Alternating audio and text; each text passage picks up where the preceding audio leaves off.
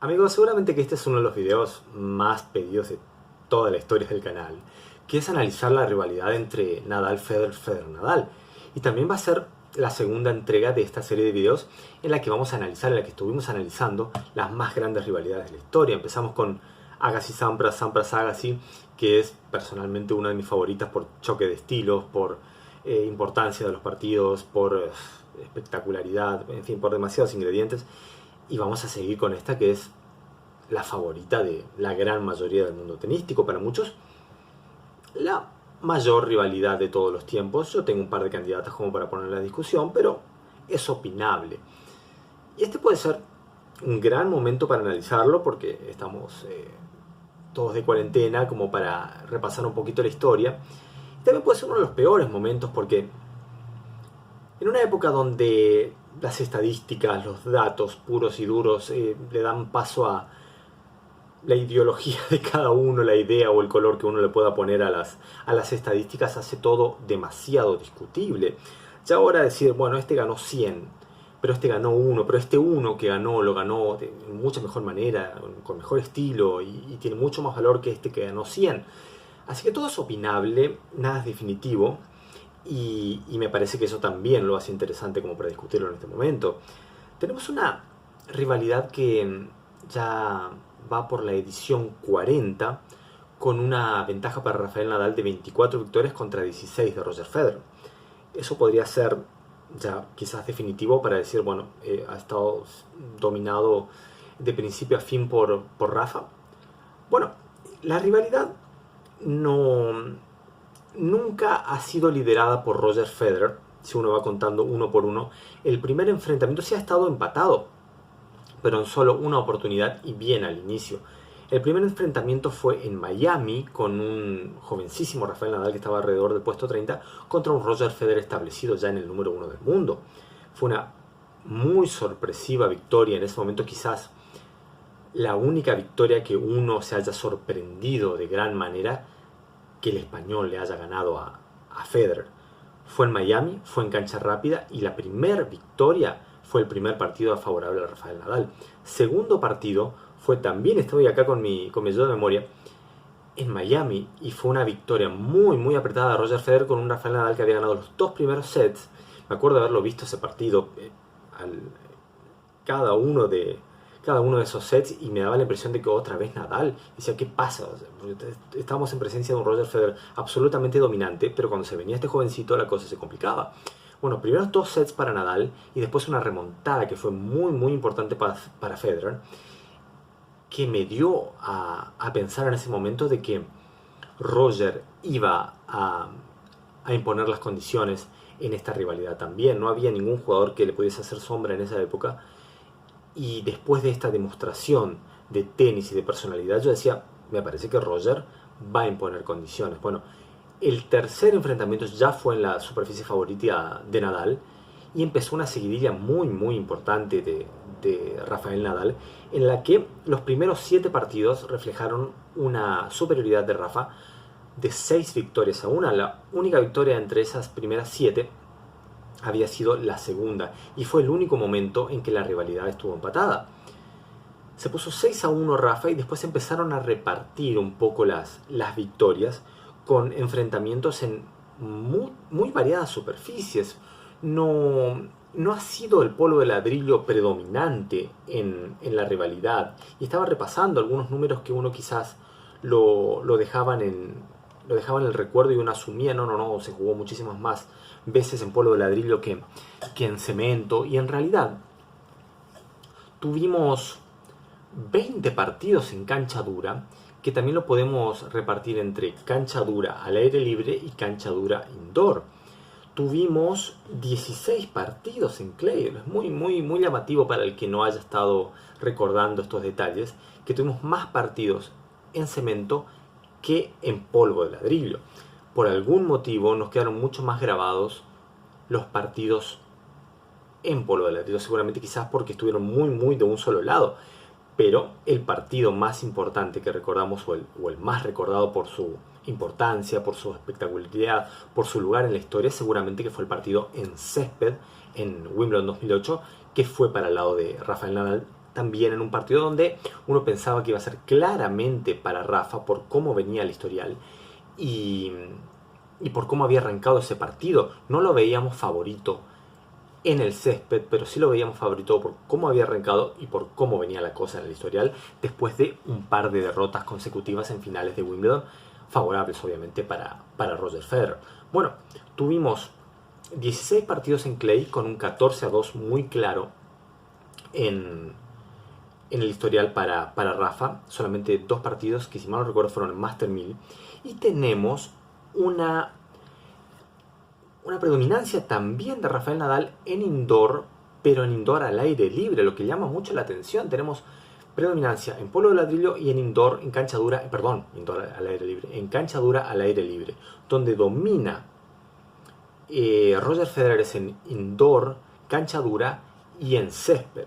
Ahora, si lo analizamos por Grand Slams, tenemos un solo Grand Slam que no se han enfrentado todavía, que es el Abierto de los Estados Unidos.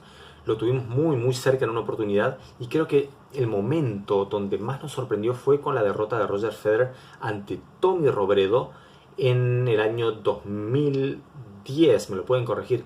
Tengo entendido que fue en el año 2010 o 2013, me lo pueden corregir.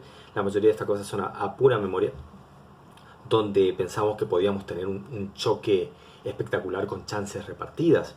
Después tuvimos a Rafael Nadal perdiendo con Del Potro en 2009, que luego devino en el primer y único Grand Slam de Del Potro, ganándole la final a Roger Federer. Así que siempre de alguna manera se estuvieron esquivando. También tuvimos una derrota de Roger Federer en el año 2018, no, los años 2017, donde Roger Federer pierde ante Del Potro y luego Rafael Nadal le gana Del Potro. Así que de alguna manera se estuvieron esquivando en el Abierto de los Estados Unidos y es el único escenario de los torneos grandes donde no los pudimos ver chocar, y es una verdadera lástima. Estaría bueno que antes del retiro de cualquiera de ellos podamos ver ese tan esperado choque. Tenemos una predominancia absoluta de Rafael Nadal en Roland Garros de 6-0. Tenemos una predominancia de Rafael Nadal en el Abierto de Australia de 3-1. Y tenemos dominio de Roger Federer en Wimbledon, 3-1. Ahora, ¿qué hubiese pasado? Porque muchos dicen en este realismo mágico, ¿qué hubiese pasado si no... si le sacamos Roland Garros, a esta obsesión de borrar de la historia algún torneo? Bueno, si hubiésemos sacado Roland Garros, tendríamos 6 victorias menos de Rafael Nadal. Estaríamos con si estamos con 24-16, estaríamos con 18-16. Sin Roland Garros, Rafael Nadal estaría 18-16. Ahora, si queremos directamente eliminar el polo de ladrillo, digamos que no existe el polo de ladrillo, ¿cómo estaría el historial? Porque el historial del polo de ladrillo es 14-2 para Rafael Nadal. A esos 24 le sacamos 14, nos quedamos con 10. A 16 de Federer le sacamos 2, quedamos 14. Así que estaríamos con un 14-10. Si no existiese el polvo de ladrillo en un mundo paralelo, estaríamos con una leve ventaja de Roger Federer sobre Rafael Nadal. Hay un momento en la historia que creo que fue muy importante, no solo para Roger Federer, sino para la historia de esta rivalidad también. Uno creía en su sano juicio y apelando a la lógica de la posible longevidad y de la posibilidad o no de estos jugadores de reverdecer laureles. Cuando estábamos finalizando 2016, creíamos que los dos estaban completamente acabados. La verdad, salvo algún que otro fanático, decíamos, ¿podrá otra vez Rafa retomar después de tantas lesiones? ¿Podrá volver a hacer lo que hizo en 2013? Ya no creo, pasaron muchos años, ese cuerpo está muy castigado. Roger, a esta edad, podrá volver después de tantos años, de 2012, 2013, 14, 15, 16, sin ganar Grand Slams, perdiendo varias finales, con un nivel quizás en baja, con su primera lesión importante. Entonces teníamos hasta ese momento un predominio de Rafa de 23-11. Si la historia se hubiese terminado con un 23-11, creo que no hubiese ni siquiera valido la pena analizar esta rivalidad, porque hubiese sido aplastante el dominio de un solo jugador. ¿Cómo podemos analizar con otra lente que no sea el dominio de Nadal es absoluto cuando tenemos un 23-11 y cuando tenemos predominio en todas las superficies salvo en césped? No había ninguna manera. Más allá de que uno puede decir no sé, tendría que ser desde los ojos y desde la apreciación de un fanático completamente ciego, y creo que no hubiese tenido sentido. Así que yo creo que 2017 le ha dado color a esta rivalidad, y creo que de alguna manera es positivo porque alguien tan grande como Roger Federer, hasta hoy el más grande de la historia, despedirse del tenis, despedirse de esa realidad con un 11-23, digamos que no era muy bueno para el legado, al menos para la discusión Rafa, Roger, Roger, Rafa. Ahora estamos con un 24-16, son 8 victorias, pero esta seguidilla de 4 victorias, que todas fueron en cancha rápida, le pudieron dar preponderancia en lo que sea en el análisis completo de la cancha dura, ya sea incluyendo indoor, incluyendo outdoor, lo que sea al aire libre o bajo techo. Así que podemos balancear mucho más, tenemos un predominio total, prácticamente total en el overall de polo de ladrillo con un 14-2 y un 6-0 en Roland Garros. Tenemos el dominio en Australia, como ya hemos dicho, de 3-1, pero tenemos a Roger dominando por 3-1 en Wimbledon. No han sido demasiadas las posibilidades en que, las oportunidades en que se han enfrentado, porque no se han enfrentado en torneos previos. La gira no es tan larga, entonces lo tuvimos siempre en partidos o de definición o de semifinal en Wimbledon. US Open la debemos y podemos tomarlo como un torneo de los, no de los grandes, pero de los importantes como la Masters Cup, donde tenemos mayoría de victorias de Roger Federer y una victoria de Rafael Nadal. Después empieza la subjetividad, porque los defensores de Rafa dicen, Rafael Nadal ganó Wimbledon ganándole a Roger Federer. Le quitó el número 1 en el patio de la casa de Roger Federer, y Roger Federer ganó Roland Garros cuando Rafael Nadal fue en una de las derrotas más sorpresivas de la historia contra Robin Söderling, el que realmente le ganó a un Nadal a tope, más allá de todas las excusas que podamos poner y que los fanáticos puedan ir por el lado de que no estaba bien mentalmente. Bueno, ese Nadal se venía como imbatible y Robin Söderling ganó muy bien y por eso quedó en la historia. Ahora, ¿por qué quedó en la historia también la victoria de Rafael Nadal? Porque era el imbatible Roger Federer en Wimbledon. Quizás pueda ser, pero si vamos a los números puros y duros, es lo que venimos comentando hasta ahora. Ahora podemos decir, Roger ganó Roland Garros de esta manera, Djokovic ganó, en fin, ya habrá tiempo para Djokovic Nadal. Así que todo lo demás ya viene por el lado de la subjetividad. Estos son los números. Roger Federer tiene una leve ventaja en cancha dura, una ventaja de 3-1 en cemento y una desventaja abrumadora en polvo de ladrillo. Así que eso es lo que yo tengo para contarles. Me gustaría saber sus sensaciones, si creen que esta rivalidad merece la duda, digamos, de quién la ha dominado, si ese 24-16 tiene alguna que otra lectura posible, si es justo borrar superficies. Si hubiésemos borrado el cemento, seguramente que eso este análisis no hubiese tenido ningún sentido, pero ¿por qué vamos a borrar? La historia se ha escrito de esta manera. Y también algunos debatían en algunos comentarios que bueno hubiese sido ver a un Roger Federer en el cemento rápido en la época de Pete Sampras.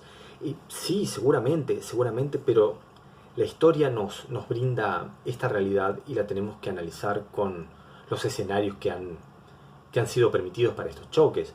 También teníamos en los mediados de los 70 una preponderancia de las canchas lentas, y seguramente que si hubiésemos tenido a un Nadal jugando en la época de Vilas, tendríamos a un Rafael Nadal con más de 100 torneos, 110, 115, 120 torneos. Y si hubiésemos contado la totalidad de los torneos de Rod Laver, estaríamos hablando de los 200 o más de 200 torneos que ha ganado The Rocket. Así que la realidad es esta.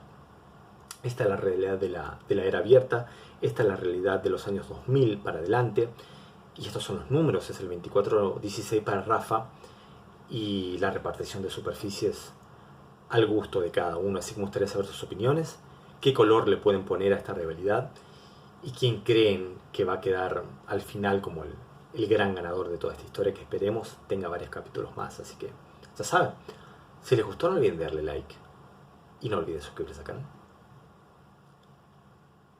Nos vemos la próxima.